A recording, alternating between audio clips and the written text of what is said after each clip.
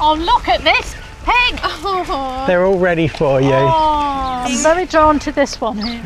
I've got a pig in here that was found in the kill bin. She was a piglet, she was still alive, where they'd tried to kill her, thought they'd killed her. God. And even her eye sockets were broken, and now she is like one of my big glorious girls. You'll meet her when we go in. Here. Yeah, she's here. She's one of the lucky ones. Erica was once confined in a crowded factory farm.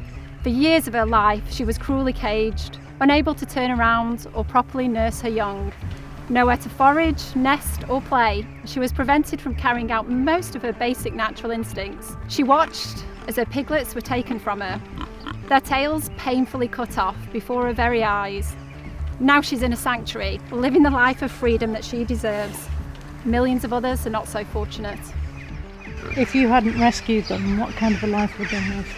Yeah, well actually these were smallholders, and they would have all been bacon and sausages. If I'd have come to a farm like this, I'm sure I would have gone veggie much sooner if I'd have made that connection as to where my food comes from.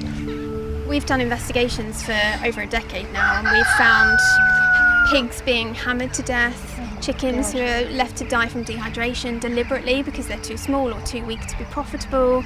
We've uncovered pitchforks being used to stab the animals. I mean, just atrocious, most egregious horror. But then at the same time, we also find kind of more mundane, routine illegality happening, like piglets having their tails cut off. That happens on 3/4 of farms openly, and there's just no real sanctions. Despite the existence of some animal welfare laws, enforcement is woefully inadequate. Fewer than 3% of farms are inspected each year, and many inspections are announced. Illegality too often goes undetected and unpunished, with under 1% of farms being prosecuted for violations. You can't really see her udders here, which again is quite unusual, right? Because when you go past any cows who happen to be in the fields, then normally their udders are enormous because of unnatural milk yields that actually eventually cause their hips to hurt and their legs to give way, they become lame. And again, illegal to cause that level of suffering, but because there are so few inspections, so few penalties, the industry gets away with it. Also, the government are aware, so why are they not doing anything? Absolutely. Really, while we try to move the world away from eating these beautiful animals, then we also need to think about those who are still trapped in the system. We're talking about hundreds of millions of animals every single year.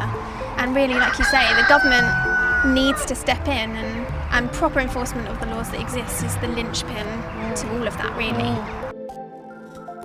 Without these exposés, how would this terrible cruelty have ever been caught? This lack of accountability allows cruelty towards animals to go unchecked. That's why we're urging the UK government to put in place a legal framework that ensures laws mean something in practice, not just on paper. A licensing system would result in more frequent inspections, more unannounced inspections, and enforceable penalties.